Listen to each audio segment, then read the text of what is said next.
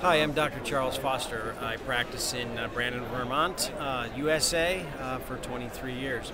Uh, just want to share with you a miracle that occurred in my practice some time ago, and it came to mind today because of one of the speakers today just talking about the power of the mind and how we create and how we can change the expression of DNA.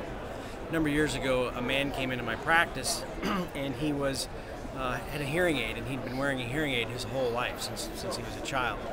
And he was an adult, and he reported to me that his father had also been wearing a hearing aid for as long as he could remember. Father probably had one of the first hearing aids.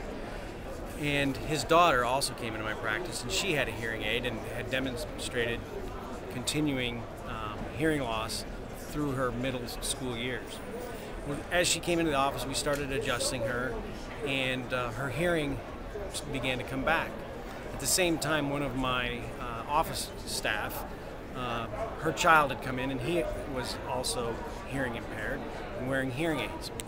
After a period of time, both these patients around the same time began to get their hearing back, and they shared the same audiologist, and the audiologist was interested in how come these two kids around the same age were all of a sudden getting improvement in their hearing tests.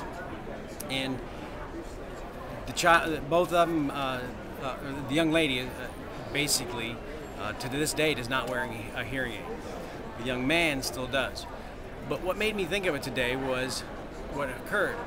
The father and the daughter both presumed that they would always have to have hearing aids, and the daughter assumed that since she was third generation of hearing loss, that she probably would be passing this on to her children. And it just made me think today, what happened when a chiropractic was given back then, a number of years ago? Did we actually have an effect of changing and interrupting a generational transmission of hearing loss? Of course, the first case of chiropractic that we've documented is Harvey Lillard and that hearing loss. So it was just an interesting little sort of closure or loop in that story. And again, the lecture today just made me think of how thought and how chiropractic can change genetic expression. That's my miracle.